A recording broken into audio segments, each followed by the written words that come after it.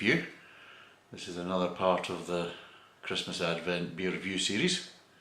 It is getting easier to say, it really is getting easier to say. So today we're really kind of on the home straight. We haven't got that many left to do. And I think this is the 22nd, the 23rd. And we've got a special coming up for the 24th for Christmas Eve, and then of course we've got the live beer tasting in Christmas morning. And yeah, I need to put that up as a schedule if anybody is interested in watching. But at the end of the day, whether you watch or you don't watch, I'll be just sitting there drinking beer and having a laugh. So yeah, so today we're basically doing another Greene King beer, because it's part of this Rocking Rudolph Festive Ales.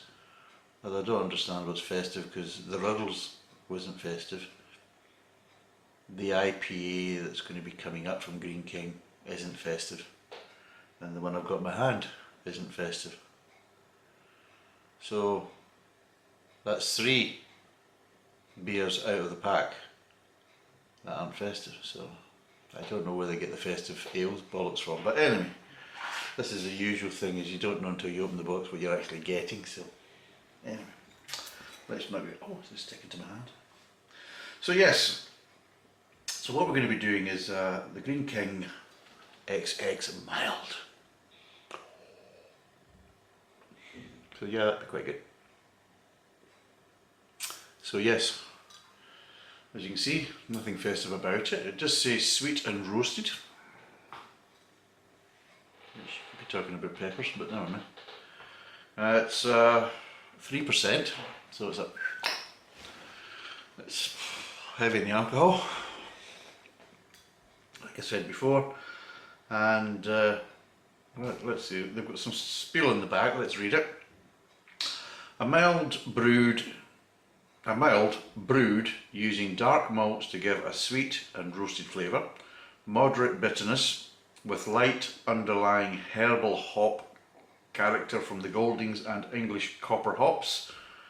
Easy to drink, but also plenty of flavour. Oh, that's okay. I mean, at the end of the day, most people hopefully will drink beer for the flavour and not just for the alcohol, because if you're going to drink it for the alcohol, then there's probably other drinks you'd be better off drinking, because you're going to get more alcohol per volume than beer. But hopefully most people will be drinking it for the flavour. So if it's got plenty of flavour, I don't see that as a problem. So apparently it also says brewed with dark malt to create roasted flavours, burnt caramel and delicate chocolate. There you go. Aroma is delicate chocolate, malt roasted, and the taste is lightly bitter, burnt caramel. So there you go. Marvellous. Now it's a 500ml bottle, and because it's part of that, I think it's working out almost £1.25 a bottle. So there you go. Which is strange, that, because you buy the multi-pack, this festive thing, and it actually turns out to be roughly the same price as it is to actually buy the individual bottles. Because individual bottles are £1.25. I noticed that when I was buying an IPA, because I actually thought I'd drunk all the IPAs from the Greene King box, and I found out there was one. But when I was in the shops, I thought, oh, I need to get a Greene King IPA because I don't think I'm getting any left. So I bought one at £1.25 and then got back home, checked inside the box, and oh bugger, there's one already there.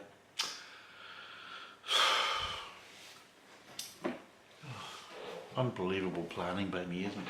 But anyway, so yeah, £1.25. So you buy a box of 12 and you're still paying £1.25. Don't really see the point of that. I think the point was usually to give us a multi-pack, it should be a bit cheaper, but apparently that's not the same, the situation with Greene King. In fact, to be totally honest, I bought it at Aldi and it was just under £15, whereas if I bought it at Sainsbury's it's actually over £16, so actually it would work out more expensive to buy the multi-pack than it would be to actually buy the individual bottles. Am I missing something? I honestly really don't know. But anyway, some companies. So yeah, let's pour it and see what it's like.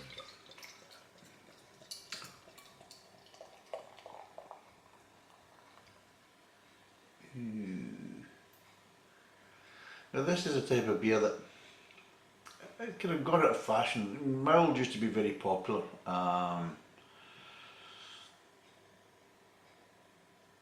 30s, 40s, 50s, 60s, and I suppose even to the 70s. It kind of went out of fashion near the end of the 70s, and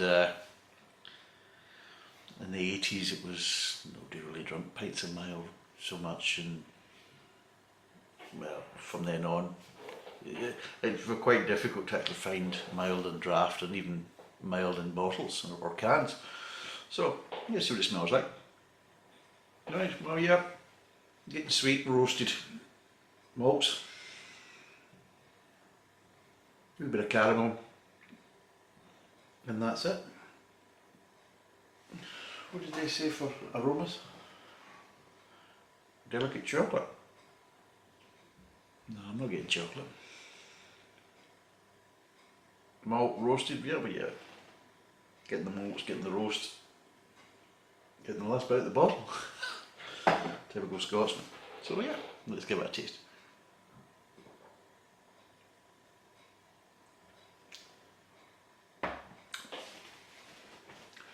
Very light bitterness, almost to the point that you might miss it. Very light bitterness. It's really a kind of a change in tone, so rather than actually really a kind of bitterness. So you've got that.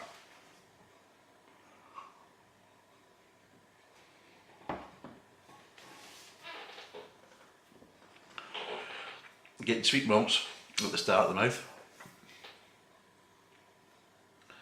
It's kind of transitioning, and you're ever getting maybe it's just slight chocolatey flavour mid-tongue, just at the tail end of the mid-tongue before it goes to the aftertaste. And you are getting kind of a light, it was a slightly malty, hoppy kind of bitterness, but again, quite a mild bitterness, funnily enough mild. But yeah,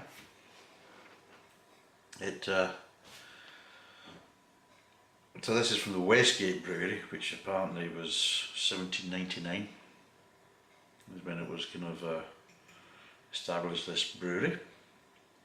And yeah, it's actually quite nice.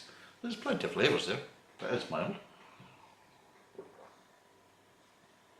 as you'd probably expect. But yeah, it's quite nice. It's very easy to drink, very sessionable, especially at 3%. Of course it's going to be sessionable. You'll be able to tan that and probably wake up in the morning and probably realise, you know, did I have anything to drink last night? So yeah, it's not really something that's going to get you flat on your back after 4 or 5 of them anyway, put it that way. Which is fine, but yeah, nice flavour. Aftertaste doesn't linger, it's gone. I mean, right now, my mouth feels that I've not had a beer. But yeah, it's some nice flavour profiles. There's a nice kind of sweet maltiness to start with. Very light, delicate kind of transition from that to kind of a little bit of chocolatiness before it goes to the kind of bitterness. But again, the bitterness is very, very mild and very light. But just overall, it's quite a light, easy drinking beer.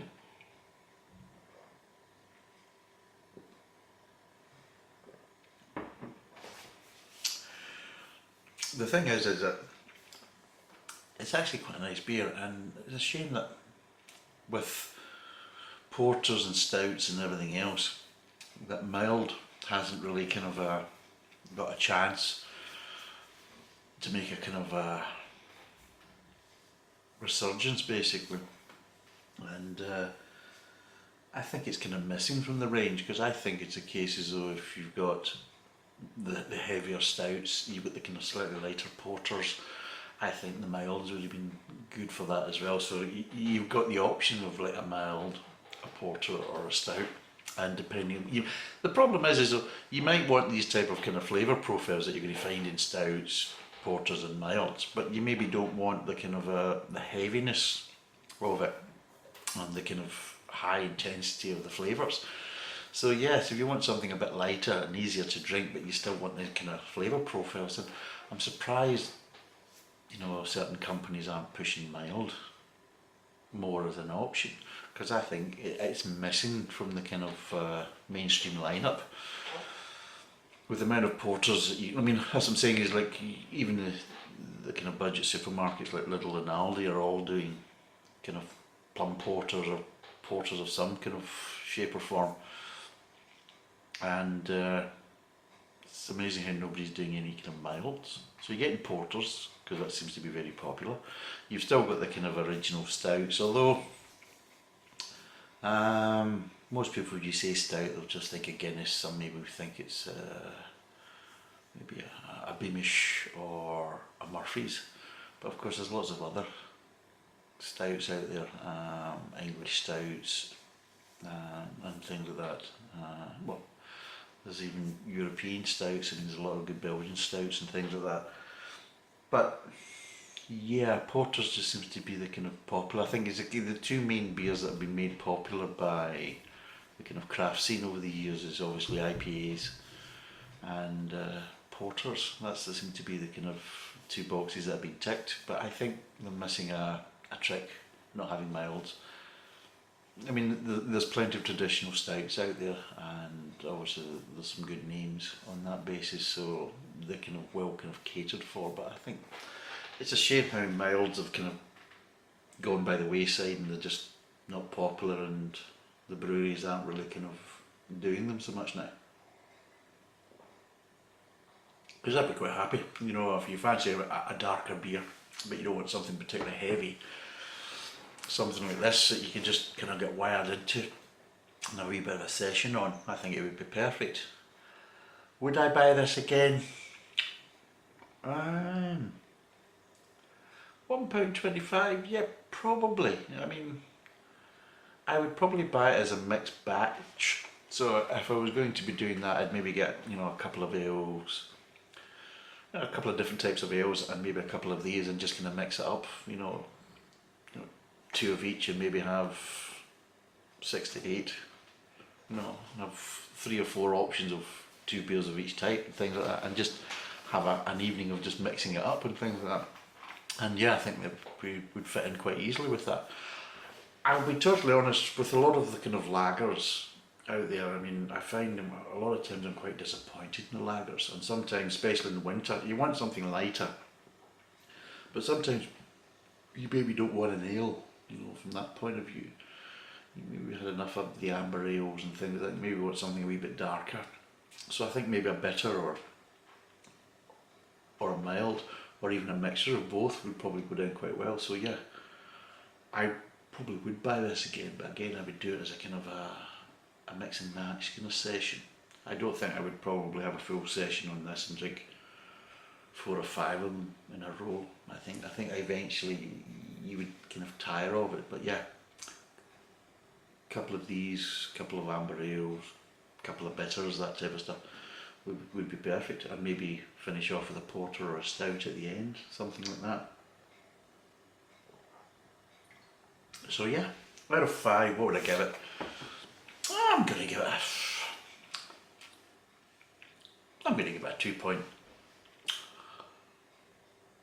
2.7. Yeah, it's above average. It's nice flavour profiles. It ticks all the kind of boxes of the flavour profiles I like.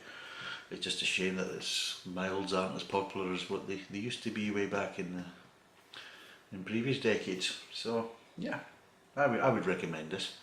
Give it a go. Again, people might be put off because it's only 3% alcohol, which I can understand that. Again, as I've said before, Greene King can be, their alcohol content of the beers can be quite low, and kind of unrealistically kind of low, especially nowadays. But I think they'll probably be saying that yes, well, we're still making it to the same kind of traditional recipe and traditional processes, and that's why. And again, we'll cover that in the second part of the IPA special, why the alcohol contents had actually dropped during wartime and things like that, and we'll kind of cover all that. But yeah, I'd say yeah, that's a good beer. So I'd say that's us for this evening. Thank you for watching. Cheers, and bye for now.